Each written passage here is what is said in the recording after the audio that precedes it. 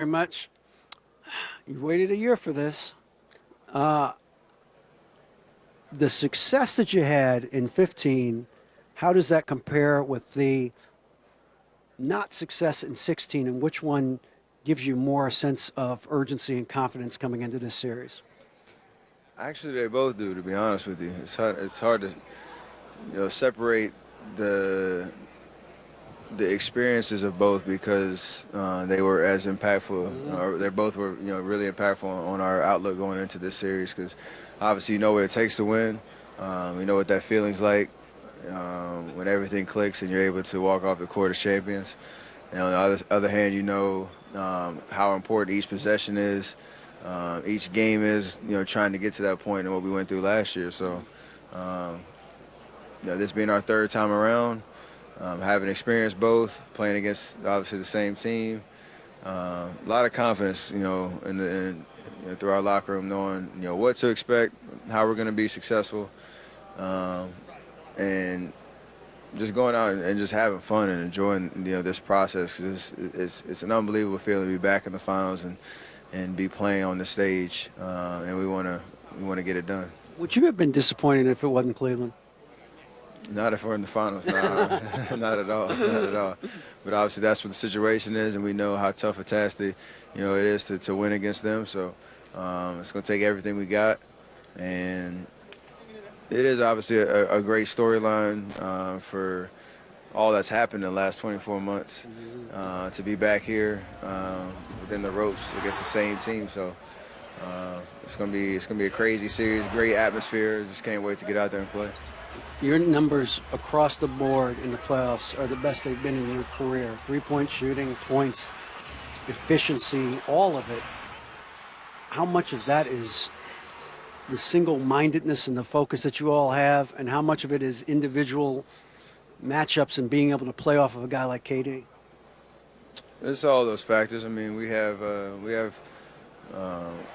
great flow of what we're doing every single night. Great purpose about how we're playing on both ends of the floor, really. And I'm doing my part, trying to lead that charge. I think as you look at the offensive end, we have so many playmakers, and when we have a collective focus about how we're supposed to play, things click. And obviously I'm gonna make shots. KD's gonna make shots. Clay's gonna make shots. Draymond's gonna do what he does all over the floor, and we're gonna put ourselves in great position to win. So I don't really look at like the individual production more so than just when I'm out there.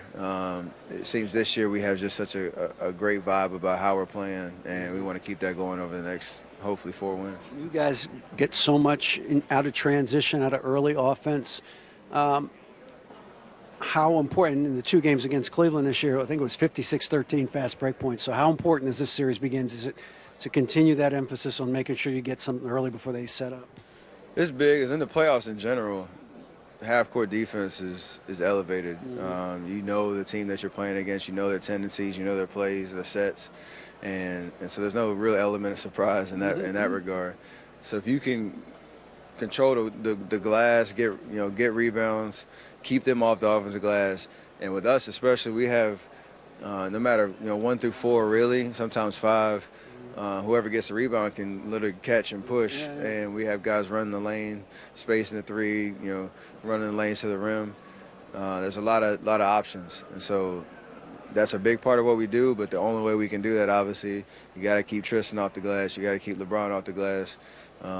K-Love, all those guys, that's what they feed off of, is those extra possessions, and we got to do something about that.